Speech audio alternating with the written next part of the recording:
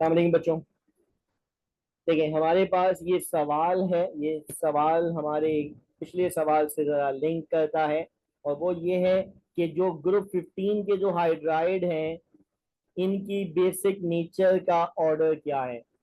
तो बच्चों देखो 15 ग्रुप या फिफ्थ ए ग्रुप कह लीजिए आप उसे, है ना। फिफ्थ ए के हाइड्राइड बाय नेचर बेस होते हैं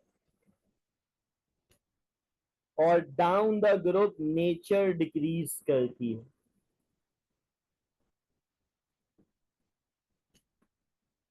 down the group basic nature कम होती है। मतलब ये हुआ कि H प्लस आइन लेना डाउन द ग्रुप मुश्किल होता जाता है।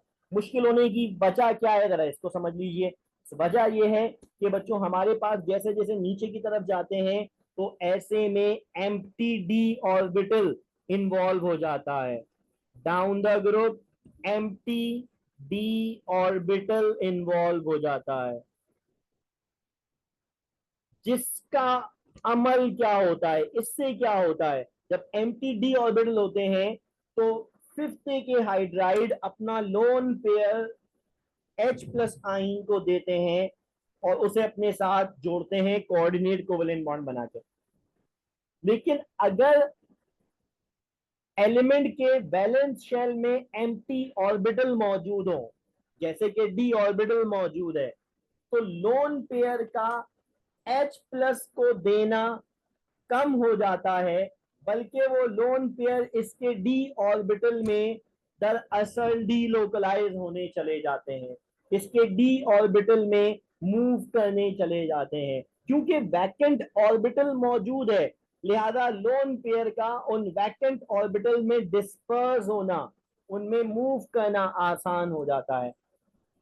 क्योंकि नाइट्रोजन सेकंड पीरियड का एलिमेंट है, सेकंड पीरियड के एलिमेंट के पास डी ऑर्बिटल नहीं होते, थर्ड पीरियड से डी ऑर्बिटल शुरू होते हैं, थर्ड शेल से डी ऑर्बिटल शुरू होते हैं, तो नाइट्रोजन 2s2p पे खत्म हो जाता है, लिहाजा उसके पास 2d ऑर्बिटल नहीं है, लिहाजा नाइट्रोजन का लोन पेयर आसानी से अवेलेबल है कि वो प्रोटॉन को दे सके, यानी बेस बिहेवियर ज्यादा है। लेकिन जब हम फॉस्फोरस में आते हैं तो फॉस्फोरस 3s2 3p3 3d 0 है, यानी डी ऑर्बिटल मौजूद है।